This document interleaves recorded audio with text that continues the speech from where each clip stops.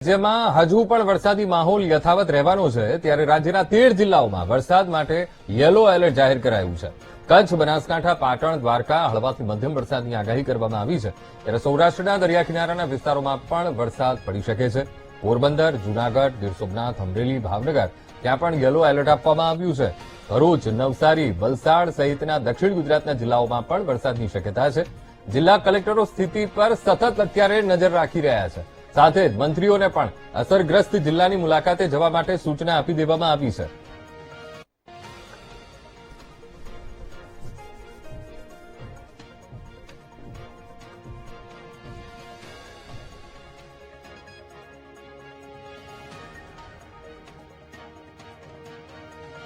તો આ જ મુદ્દે મારા સહયોગી વૈભવી આપણી સાથે લાઈવ જોડાઈ ગયા છે। વૈભવી પાસેથી સમજવું છે કે જ્યારે હવામાન વિભાગે આગાહી કરી છે અને 13 જેટલા એવા જિલ્લા છે કે જ્યાં યલો એલર્ટ આપવામાં આવ્યું છે। ગઈકાલે તો કમોસમી વરસાદે ગુજરાતના મહુવા, ભાવનગરનો મહુવા તાલુકો છે તેને ગમરોડી નાખ્યું હતું। અમરેલીનું રાજુલા છે, જાફરાબાદ છે તેને ગમરોડી નાખ્યું હતું।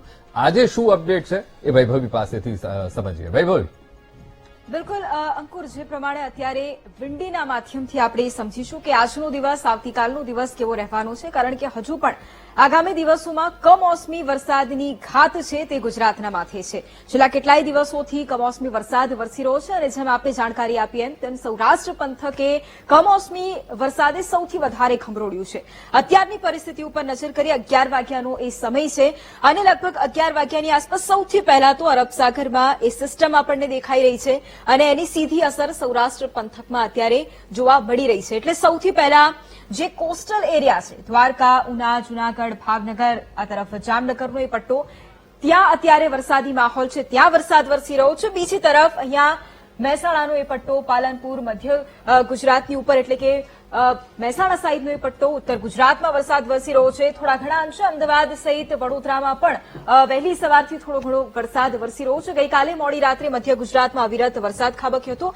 અત્યારની આ પરિસ્થિતિ છે। થોડું આગળ જઈને સમજીશું કે આજના દિવસમાં કયા કયા જિલ્લાઓમાં ભારે વરસાદ વરસવાનો છે। અત્યારે સ્પષ્ટપણે એ પણ જોઈ શકાય છે કે જેમ જેમ સમય આગળ વીતે છે તેમ તેમ દક્ષિણ ગુજરાતનો એ પટ્ટો છે ત્યાં વરસાદ વરસવાની પૂરેપૂરી શક્યતાઓ છે કોસ્ટલ એરિયામાં ફરી એક વખત। આ સિવાય કચ્છનો એ પટ્ટો, ગાંધીધામ, નલિયા સહિતના એ વિસ્તારો છે ત્યાં કમોસમી વરસાદ ખાબકવાનો છે અને અરબ સાગરમાં પણ એ સિસ્ટમ વધુ મજબૂત થતી જાય છે જેની સીધી અસર પણ એ કોસ્ટલ એરિયામાં પડી રહી છે। આ તરફ દક્ષિણ ગુજરાત એટલે સુરત, વલસાડ સહિતના મધ્ય ગુજરાતમાં પણ, અમદાવાદમાં પણ એટલે કે વડોદરા, અમદાવાદ સહિતનો એ પટ્ટો, ગાંધીનગરમાં પણ આજે કમોસમી વરસાદ ખાબકી શકે છે। આ સિવાય પાલનપુર, મહેસાણા એટલે કે ઉત્તર ગુજરાતમાં પણ રાજ્યના તમામ ભાગોની અંદર અત્યારે કમોસમી વરસાદની ઘાત છે।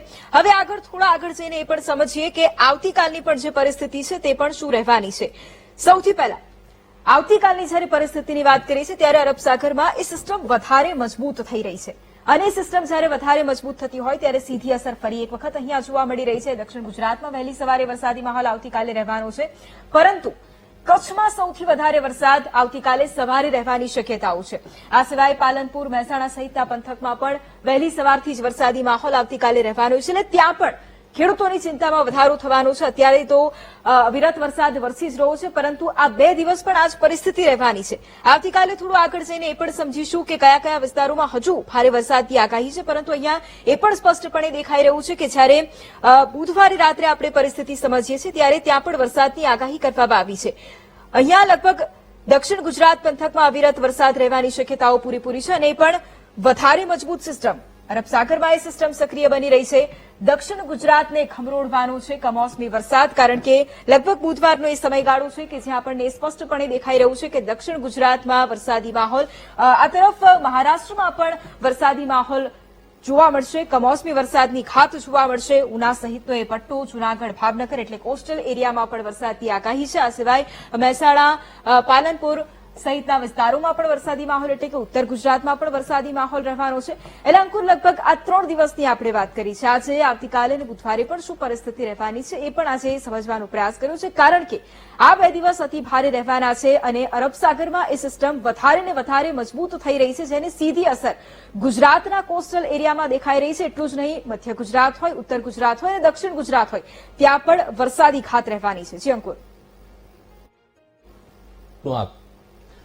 સમાચાર